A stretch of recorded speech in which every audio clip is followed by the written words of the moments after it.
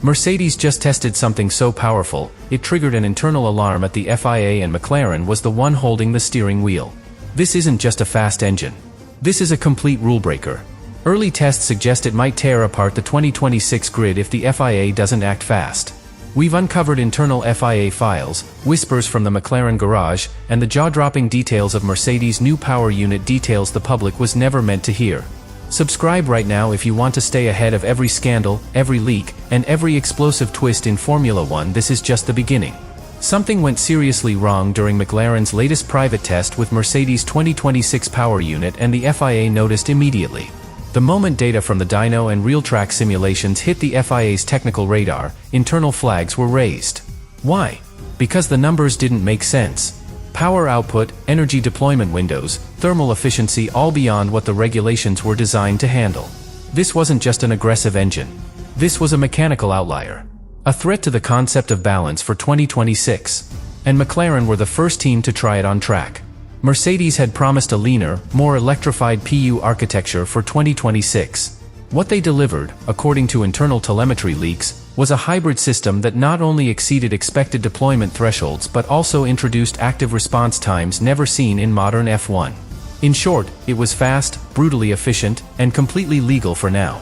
That's the part that stunned the FIA.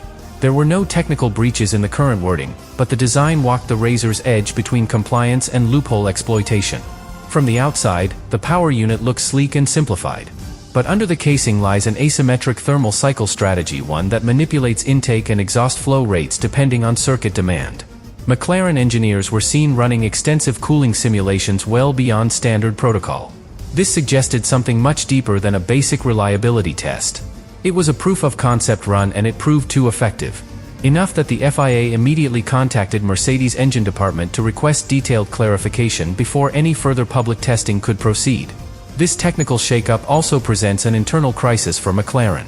The team had finally rebuilt its platform over recent years, closing the gap with Red Bull and Ferrari.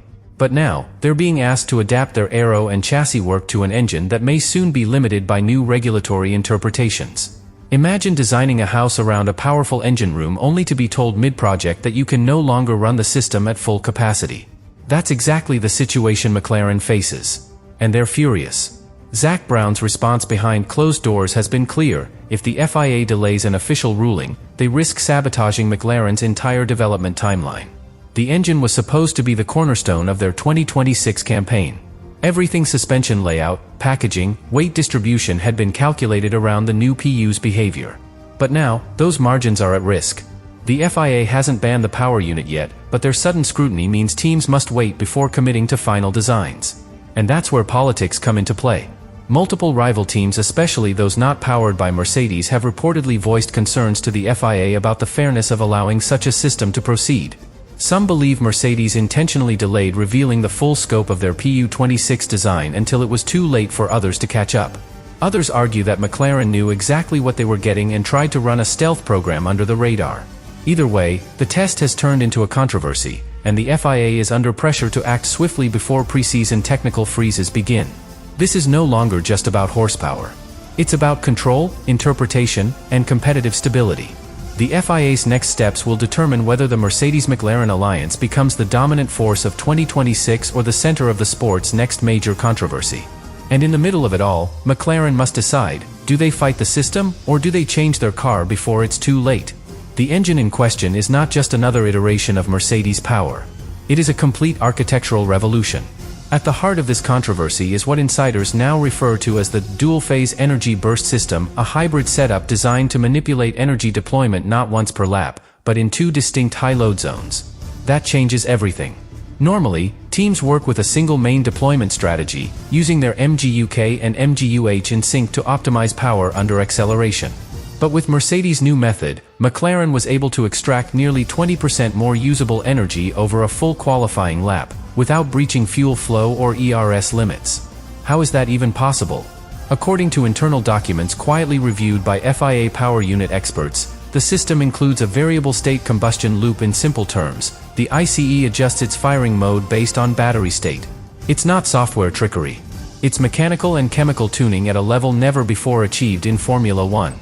The engine knows when to breathe differently, depending on how much electrical energy is available, and it reshapes its combustion profile on the fly. That's not just engineering excellence. That's frightening innovation. What stunned the FIA even more was how seamlessly the system integrated with McLaren's chassis. The engine's weight distribution is so optimized, it allowed the team to reconfigure their rear-end packaging entirely. This gave McLaren a radical new rake profile that boosted rear downforce without sacrificing drag, all while staying within every written regulation. And because the battery modules were lighter than predicted, they were able to relocate several cooling components forward. That means improved balance, better tire warm-up, and faster corner entry performance. But the part that broke the trust and triggered emergency meetings was the discovery that McLaren's cooling tests had been conducted using controlled ambient manipulation. Essentially, during their private runs, McLaren simulated extreme track conditions that rival teams wouldn't have access to. They were pushing the PU26 under high-altitude, low-humidity stress tests, which exaggerated the performance gap between them and anyone else running traditional dyno simulations. The FIA wasn't informed. And that crossed a line. Engineers from rival manufacturers like Ferrari and Red Bull have already called this a hidden exploitation of the gray area. While Mercedes remains officially silent, whispers from within Brackley suggest that this system has been in development since 2021, and that multiple FIA consultants were aware of its trajectory. If that's true, it means the governing body allowed this tech to evolve unchecked, and now they're dealing with the consequences. By failing to set clearer boundaries earlier, the FIA may have created a monster of their own. What happens next is unclear. If the FIA moves to ban the dual-phase system, McLaren will be forced to halt its chassis development program. That could cost them months. If the system is approved, other teams will scramble to replicate it, but they're already behind. Either way, the competitive balance heading into 2026 has just been thrown into chaos. Some insiders even speculate that this may lead to an emergency technical directive, the same kind of intervention that crushed DAS, flexible wings, and active suspension in the past. This is where the balance between innovation and fairness is being tested at the highest level. Formula One is a war of technology, and McLaren may have just fired the first shot of 2026 using a weapon the FIA never saw coming. But with politics swirling and engine suppliers watching every move, one thing is certain: whatever happens next will define the pecking order of the new era. As news of the McLaren-Mercedes test began to filter into FIA circles, the scrutiny intensified almost instantly. Senior figures from the FIA's Power Unit Working Group launched a detailed technical audit into what they described internally as non-linear deployment anomalies. These anomalies were flagged after analysts observed inconsistent telemetry patterns during McLaren's controlled testing runs, specifically, unexpected surges in electrical energy release that didn't align with traditional battery discharge profiles. To put it plainly, the FIA was suspicious that Mercedes had found a way to legally mimic illegal overboost. The core of the issue lies in how the FIA currently monitors energy deployment. Since 2014, strict limits have governed both the amount and rate of energy recovery and deployment. However, the 2026 regulations introduce a more flexible energy envelope to encourage innovation. Mercedes exploited that flexibility, but perhaps too well. Their architecture seemed to allow staged releases of power that created microbursts of acceleration, especially out of slow corners, a crucial area where McLaren's test car showed unnatural gains during runs at the Bahrain International Circuit. FIA engineers pulled telemetry, thermal imaging logs, and control software snapshots from the McLaren car. The concern wasn't just what the engine was doing, it was how silently it was doing it. No irregular temperatures. No abnormal fuel flow. No telltale software flags. Just performance, clean on paper, yet suspiciously beyond expectations. That triggered the red flags. And while McLaren remained tight-lipped, internal Mercedes sources hinted that the design was always meant to be invisible to regulatory detection, not because it was illegal, but because it was built to live on the edge of legal gray space. The situation escalated when rival teams demanded transparency. Ferrari formally requested a breakdown of McLaren's deployment mapping, and Red Bull informally lobbied for a review of how energy release zones were being classified. That's when the FIA convened an emergency review panel to assess whether this system constituted a performance advantage beyond the intended scope of the 2026 hybrid rules.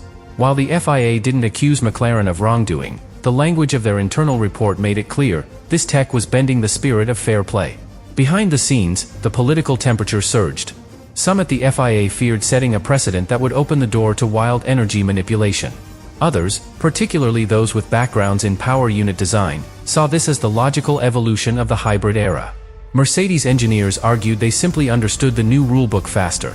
If the other teams were caught off guard, that was a competitive failure, not a regulatory breach. But with teams like Alpine and Aston Martin still refining their 2026 designs, the concern was that this breakthrough could render their efforts obsolete before even hitting the track. Pressure mounted on the FIA to issue a technical directive. But that's where things got complicated. Any immediate ruling risked being seen as a retroactive punishment, especially with no concrete evidence of rule breaking. Yet allowing the system to stand as is could spiral the sport into an arms race of powertrain loopholes. The entire paddock was caught between applauding genius and fearing imbalance. The line between legal and too clever had never felt thinner. In the end, the FIA's review concluded with a chilling recommendation: further clarification is required on the definition of controlled deployment zones and energy phase timing. Translation? They don't know how to regulate this yet, and McLaren, powered by Mercedes, has already taken a commanding lead into the unknown. The rest of the grid must now react, recalibrate, and hope it's not already too late.